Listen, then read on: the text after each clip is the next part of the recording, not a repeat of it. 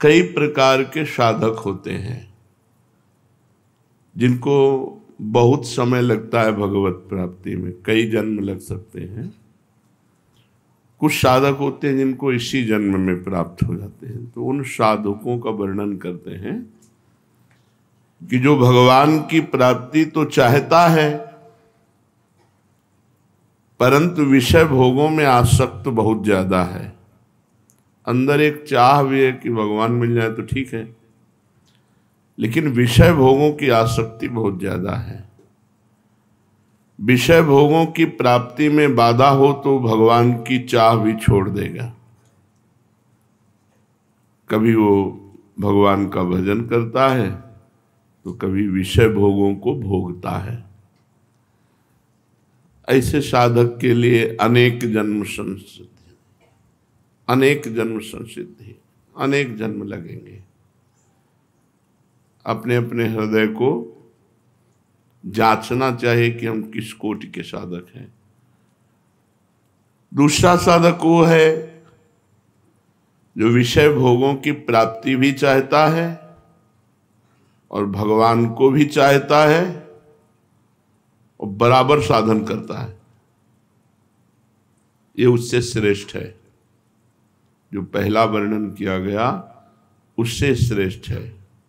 वो तो छोड़ भी देता है, ये छोड़ता नहीं, न भगवान को छोड़ता न विषय भोग को छोड़ता है। ये उससे श्रेष्ठ है, पर इसको भी कई जन्म लगेंगे।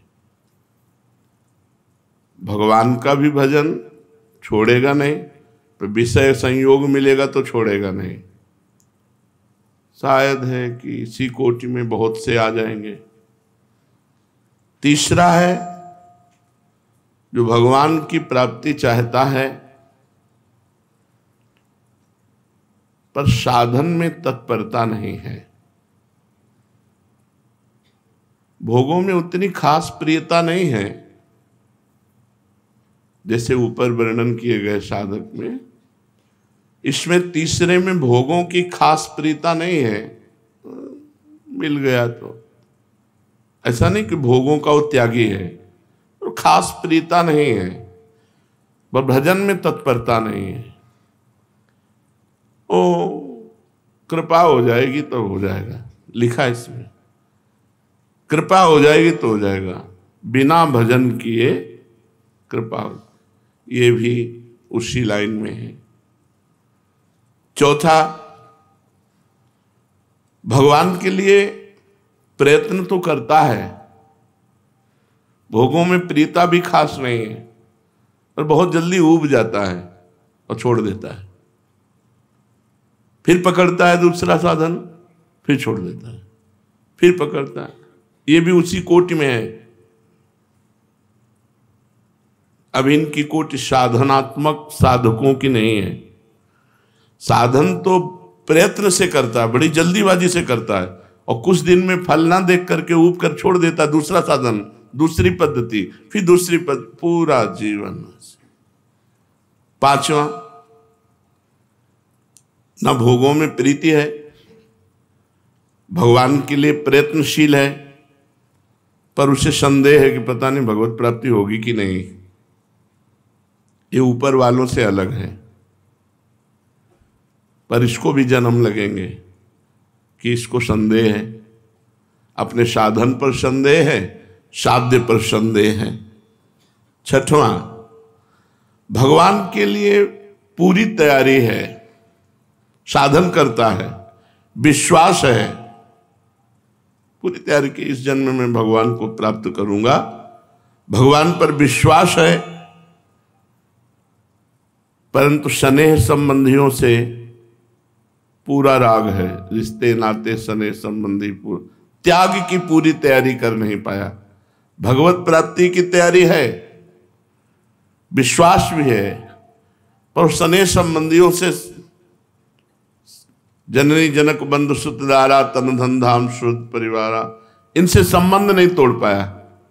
इसको भी जन्म जन्मांतर वाला खेल खेलना पड़ेगा।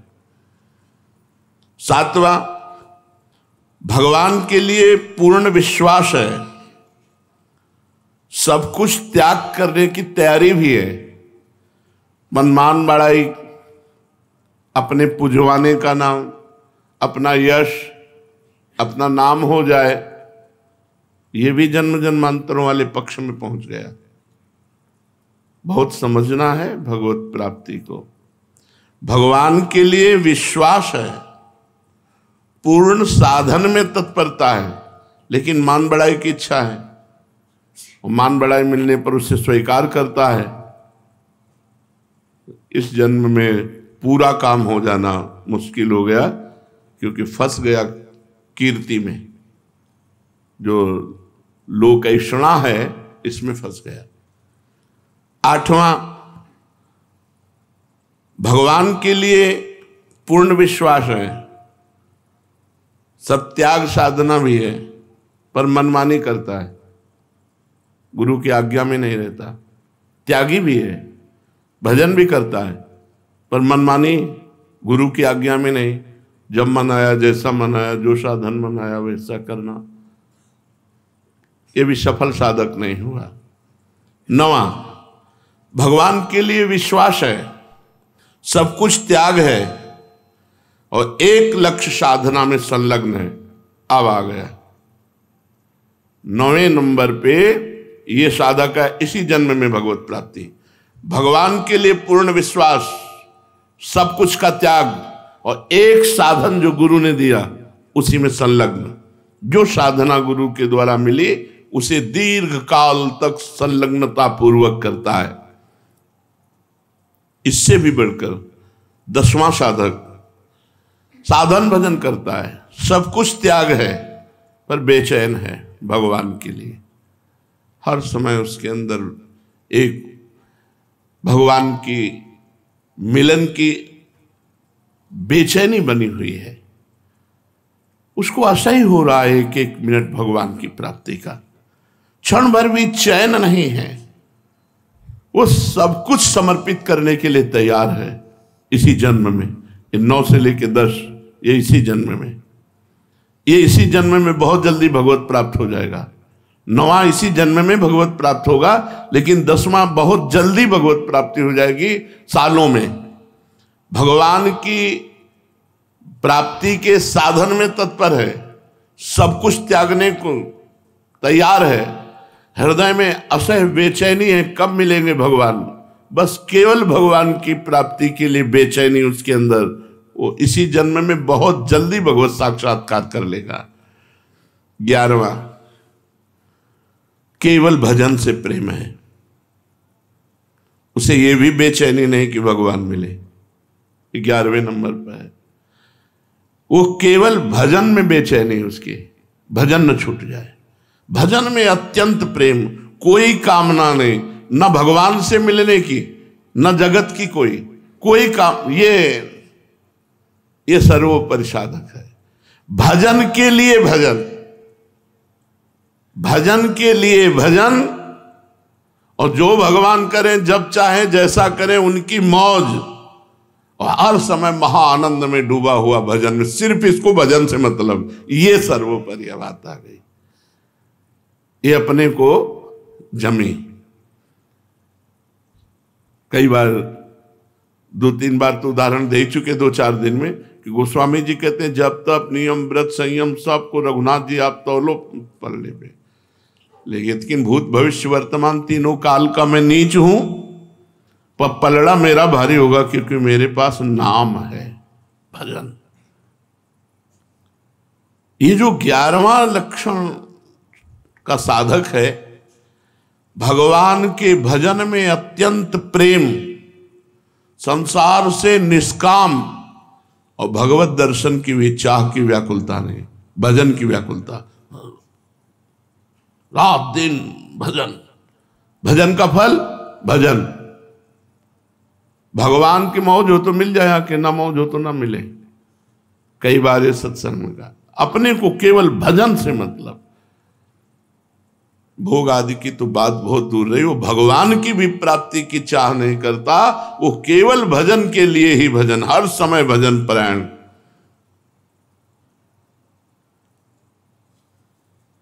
जो साधक मृदु स्वभाव वाला होता है, मृदु, मध्य, अधिमात्र, अधिमात्रतम साधकों के 4 भेद किए गए। इसमें कोई उत्साह नहीं रहता। जो मृदु साधक है उत्साह नहीं रहता, वैसे प्रतिभाहीन होता है, मानसिक रोगी होता है, मन में मनोराज्य चल रहे, कल्पनाएं चल रही हैं, और यह होता है गुरु अवहेलना से। दुष्कर्मी, अधिक खाने वाला, स्त्री आसक्त, चंचल चित्त, निर्दयी, अल्पवीर्य, पापरत, पर भजन भी करता है, ये साधकों की श्रेणी में रखा गया, पर है नहीं। भजन भी करता है, पर इसको का बहुत बहुत जन्मों का खेल है। मध्य साधक सर्वत्र अपने भगवान को देखने की चेष्टा, क्षमाशील, मैं जो कर रहा हूं उससे पुण्य मिलेगा, पुण्य से सुख मिलेगा लोक परलोक में। प्रिय बोलने वाला, जितेंद्रियता धारण करने की कोशिश करने वाला, गुरु आज्ञा पे चलने वाला, चेष्टा कर रहा है, पर हर कार्य में वो पुण्य देखता है। गुरु सेवा करूंगा उससे पुण्य होगा, पुण्य से ये सुख मिलेगा। ये श्री जी की आरती करूंगा इससे पुण्य होगा, पुण्य से ये सुख मिलेगा। वो पुण्य देखता है सेवा परायणता में, सब में। ऐसे साधक को मध्य साधक कहते हैं। ये अगर सावधान हो जाए और पुण्य भावना छोड़ दे तो 9 वर्ष में भगवत प्राप्ति हो जाएगी। इसके लिए तो जन्म जन्म कहा गया, जो पहला मृदु साधक, इसके लिए कहा गया केवल एक बात छोड़ दे, पुण्य लाभ। पुण्य लाभ होगा हमें, पुण्य। जमुना जी जा रहे हैं हमें पुण्य मिलेगा, राधा वल्लभ जी जा रहे हैं पुण्य मिलेगा, गुरु जी की सेवा करे पुण्य। ये पुण्य लाभ छोड़ करके साधना में लिप्त हो जाए, आसक्त हो जाए, तो 9 वर्ष में भगवत प्राप्ति हो जाएगी इसको, क्योंकि सही चल रहा है, गुरु आज्ञा पे चल रहा है, साधन पे चल रहा है। इससे श्रेष्ठ साधक अधिमात्र साधक, स्थिर बुद्धि, मंत्राकार वृत्ति, नामाकार वृत्ति, मनोलय के साथ साधना, उसी में डूब रहा है। मंत्र चल रहा है बस उसी में डूब रहा है, नाम चल रहा है उसी में डूब रहा है, वाणी पाठ तो उसी में डूब रहा है। वीर संचित ब्रह्मचारी, स्वाधीन, किसी विषयों के अधीन नहीं, दयावान, क्षमावान, सत्यनिष्ठ, गुरु सेवा परायण, साधन में तनिक भी प्रमाद नहीं, हर समय पूर्णतया साधन में ही लगा। ऐसा महाबुद्धिमान साधक 6 वर्ष में भगवत साक्षात्कार कर लेगा। 6 वर्ष में भगवत साक्षात्कार कर लेगा। जो अधिमात्र साधक है 6 वर्ष में भगवत प्राप्ति हो जाएगी। रात दिन मंत्राकार वृत्ति, ब्रह्मचर्य परायण, यार 6 वर्ष की तो बात है, जाने कितने करोड़ जन्म बर्बाद कर दिए। स्थिर बुद्धि, मंत्र में, नाम में, तदाकार वृत्ति, मनोलय के साथ जब मन डूब रहा है उसी में, राधा राधा राधा राधा। ब्रह्मचर्य परायण, स्वाधीन, किसी विषय के अधीन नहीं, दयावान, क्षमावान, सत्यनिष्ठ, गुरु सेवा परायण, और साधन में पूर्ण समर्पित चित्त, जिद्दी स्वभाव, उत्साही, बलवान। बलवान का मतलब पहलवान से नहीं है, इंद्रिय बलवान, मनोबलवान, इंद्रिय और मन को जो अपने अधीन कर लिए हैं, ये सबसे श्रेष्ठ साधक की बात हो रही।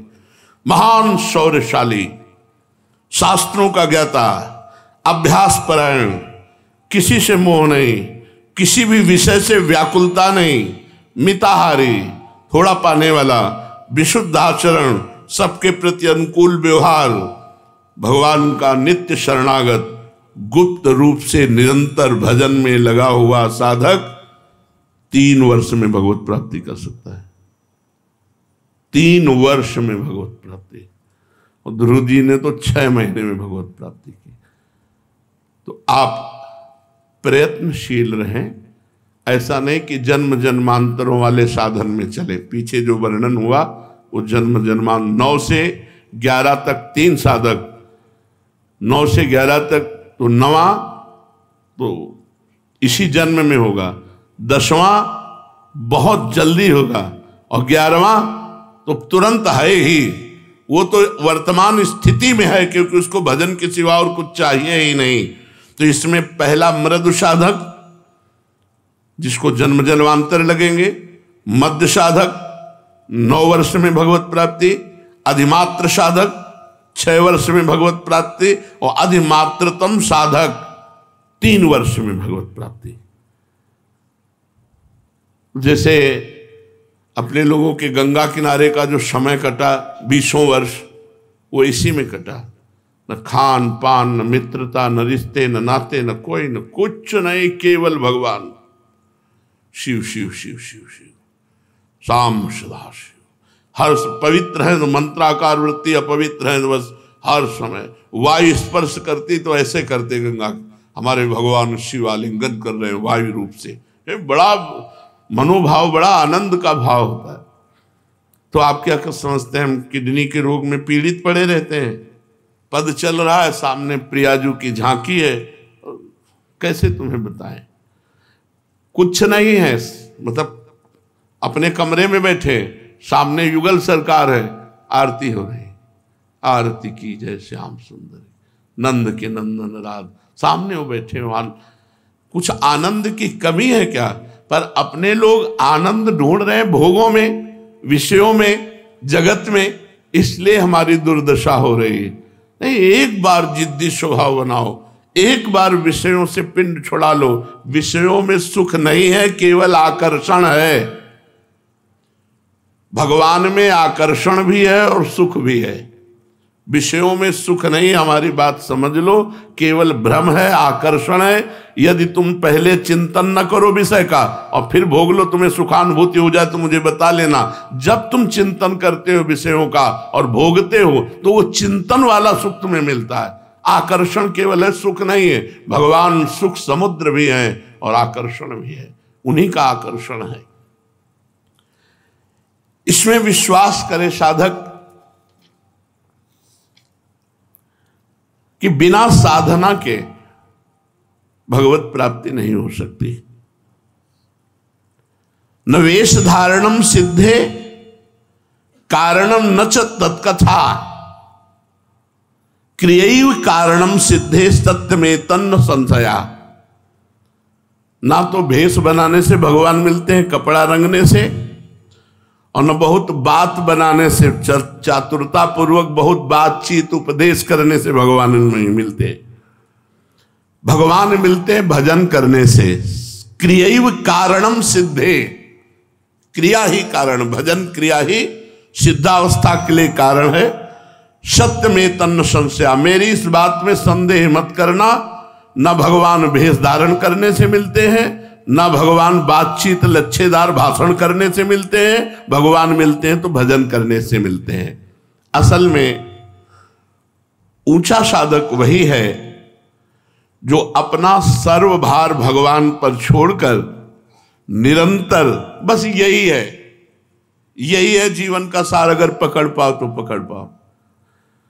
असल में ऊंचा साधक वही है जो सर्वतोभावेन अपना भार भगवान पर समर्पित करके रात दिन भगवान के भजन में लगा। बस दुनिया का परपंच, दुनिया के योग साधनाएं भगवान पर सब, इस पर बहुत बार चर्चा हुई। आश्रय और भजन वही सर्वत्र लिखा हुआ है, जो हृदय में आता है वही लिखा हुआ।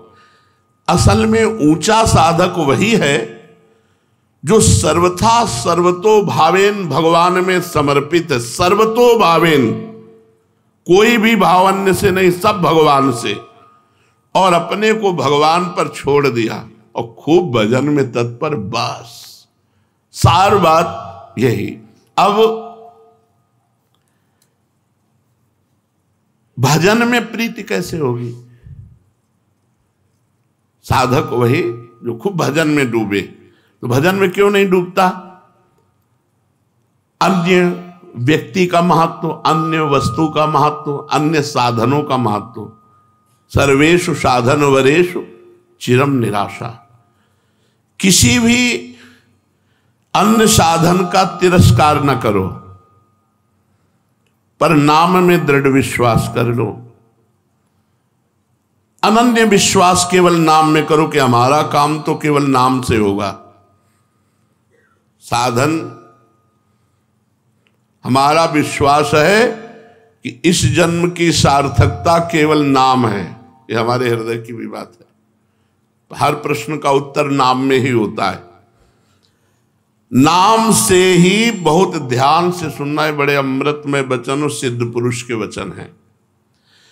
नाम से ही सब कुछ हो जाएगा। आप नाम जप कीजिए, आप इंद्रिय विजयी हो जाएंगे, मनोविजयी हो जाएंगे, आप निरंतर आनंद समुद्र में डूब जाएंगे। सब दुख विपत्तियों का आपके नाश हो जाएगा। नाम से ही सब कुछ हो जाएगा, विश्वास कर लो। नाम की जितनी महिमा शास्त्रों में और लिखी है, संतों ने गाई है, सब थोड़ी है, पूरी कोई नहीं गा सकता। कहूं कहां लगी नाम बड़ाई, और राम न सकहि नाम गुण गाई। स्वयं भगवान अपने नाम की महिमा पूरी नहीं कह सकते, फिर और संत महात्मा शास्त्र जितने, वो तो अपनी अपनी मति गति के अनुसार है। स्वयं भगवान जो अनंत मति गतियों के स्वामी हैं, वो भी राम न सकहि नाम गुण गाई। ऐसा विश्वास कर लो। नाम का इस तरह से विश्वास कर लो कि किसी और साधन की तरफ मन ही न जाए। एक बात बैठेगी कि सबका सार है भजन, बस मंत्र चल रहा है, नाम चल रहा है। हर ग्रंथ को खोलो, उसका है सार कि एकाग्रता पूर्वक भजन करो, तो बहुत हो गया। पढ़ के, पढ़ पढ़ करके पूरा जीवन निकल गया। अब उसका अनुभव करो, हर समय भजन, हर समय भजन। गोस्वामी जी कह रहे, बहुत सुंदर पद है, कह रहे भरोसो जाहि दूसरो सो करो। भाई तुम्हें कोई दूसरा भरोसा हो आप कर लो, मैं आपको रोकता नहीं हूं। जिसका जहां मन होता है उस साधन में अपनी रति करता है। भरोसो जाहि दूसरो सो करो, मुको तो राम को नाम कल्प तरु, कलि कल्याण फरो। भरोसो जाहि दूसरो सो करो। तुम्हें अगर जहां मना हो वहां भरोसा करो, हम तुम्हें रोकते नहीं, लेकिन हम अपने बात बता रहे हैं। मोको तो राम को नाम कल्प तरु, कलि कल्याण फरो। मेरे तो सब कुछ राम नाम है। मेरी समस्त कामनाओं को पूर्ण करने वाला कल्प तरु ये राम नाम है। इस कलिकाल में परम कल्याण कर देने वाला ये नाम है। ऐसा नहीं गोस्वामी जी और कुछ जानते नहीं हैं। वो कह रहे कर्म उपासन ज्ञान वेद मत सो सब भांति खरो। मैं इनकी अवहेलना नहीं कर रहा हूं। कर्मयोग, उपासना योग, ज्ञान योग, अष्टांग योग, वेद मत, जितने भी हैं ये सब अच्छे हैं, सब सत्य हैं, सब सत्य हैं। पर मोहि तो सावन के अंधही जो सूझत रंग हरो। पर मुझे तो ये सब नहीं। सावन में जैसे अंधा हो जाता है तो उसे हरा ही हरा 12 महीना नजर आता है, मेरे तो 12 महीना केवल नाम है, केवल नाम। न कर्म योग, न ज्ञान योग, न अष्टांग योग, न सांख्य योग, केवल एकमात्र नाम है। और अपना अनुभव बता रहे हैं। चाटत रहो स्वान पातरी जो, कबहू न पेट भरो। बहुत से साधनाएं की, लेकिन उनसे हमें विश्राम नहीं मिला। बहुत से भोग भोगे, लेकिन उनसे मुझे विश्राम नहीं मिला।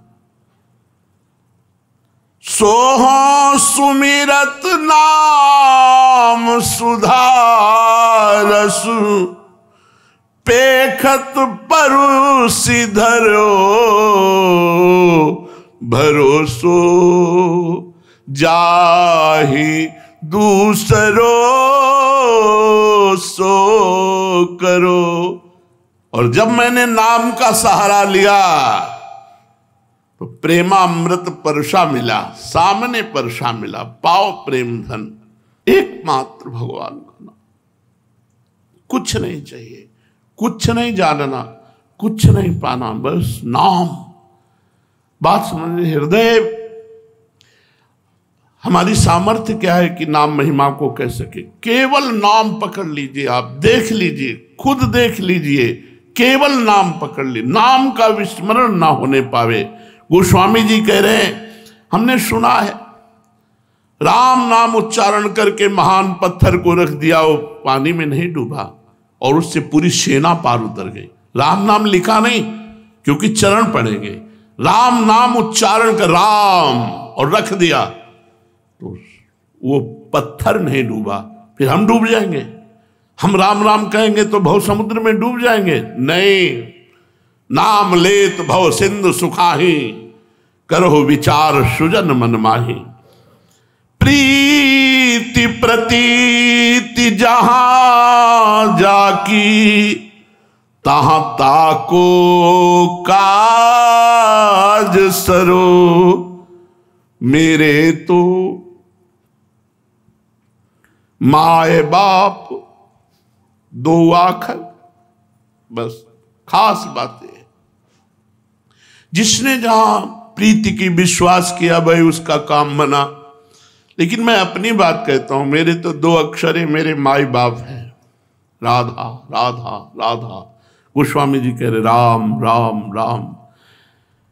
मेरे तो माए बाप 2 आखर, हों शिशु अरनियरो। जैसे छोटा बालक और कुछ खा के जीवित ही नहीं रह सकता, केवल माँ के स्तनों का दुग्ध पान करके ही जीवित रह सकता है, ऐसे मैं तो बालक हूं।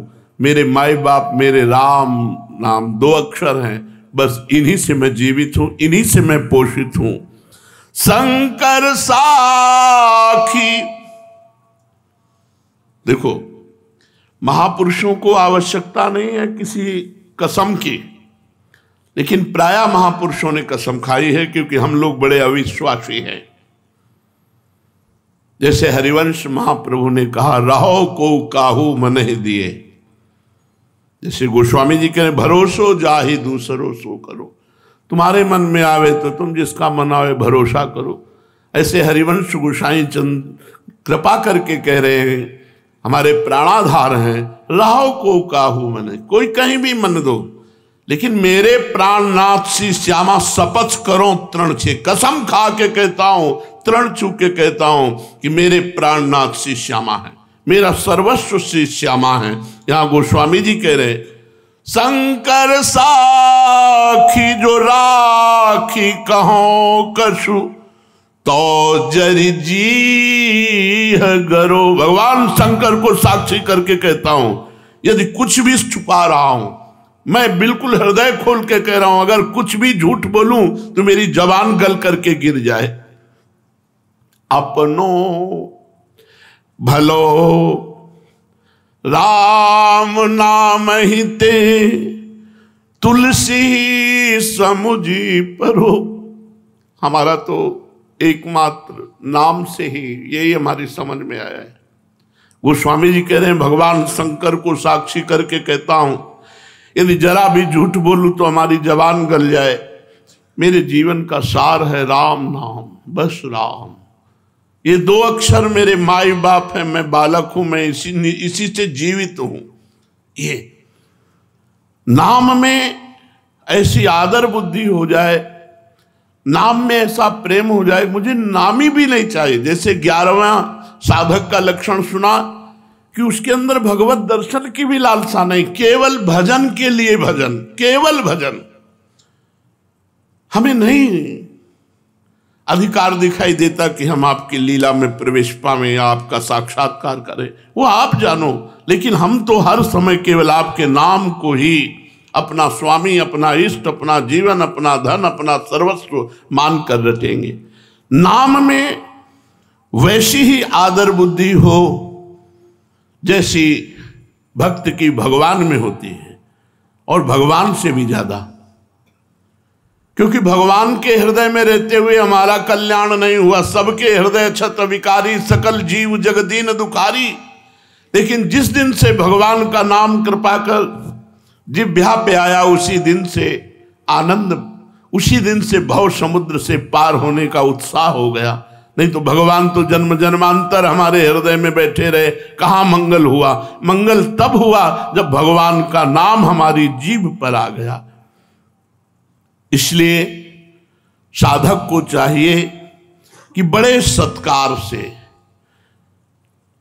दीर्घ काल तक निरंतर नाम जपने का अभ्यास करे। बस नाम जप ही है।